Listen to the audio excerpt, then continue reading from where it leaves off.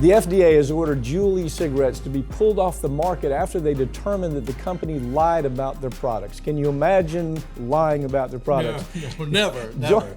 Joining me to talk about this is Rick Outzen, editor and publisher and owner of Independent News.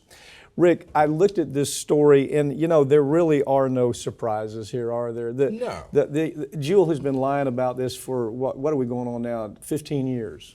Well, they were, we know they targeted high schoolers. They were going after, they created fruit flavored, mint flavored. This time they were coming back to the FDA and they said, maybe we could get by with tobacco flavored e-cigarettes. And again, that got rejected. Same issue as before. They have no scientific data showing that it will not cause harm. They didn't do any of the studies they're supposed to do. Yeah, and remember, one time this company had almost 55% of the e-cigarette market here, which is a $9 billion business.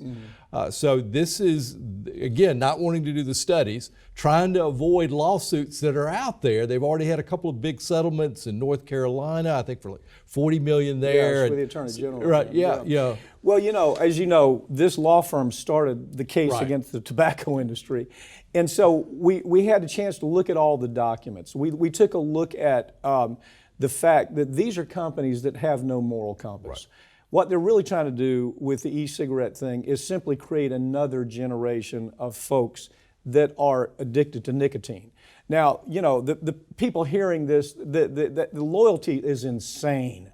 The people who are e-cigarette lovers are insane about this product. Right. You can give them all the information that's out there about how damn dangerous it is, how the diseases it causes. You can give them all the information about how the company's lying to them about being safe. It doesn't make any difference. If they're an e-cigarette user, they say, well, you know what, it got me off of cigarettes, I'm gonna stick with it. You know, I can't do anything else, so I gotta go to e-cigarettes. You cannot talk a vapor out of not vaping, no matter what you show that person. Right, they argue, well, it's better than smoking, actually lighting up a cigarette. But we know, and I've talked to your researchers and your team, and you and I've sat around it, it's a direct hit of nicotine to the brain. Yeah, we're handling the case. I mean, just pure disclosure, we're handling the case going out in California right now. The documents are atrocious. Right. The documents show that this is an industry that understands they had to back off with straight cigarettes. So what they're trying to do now is get an entire new generation hooked on nicotine.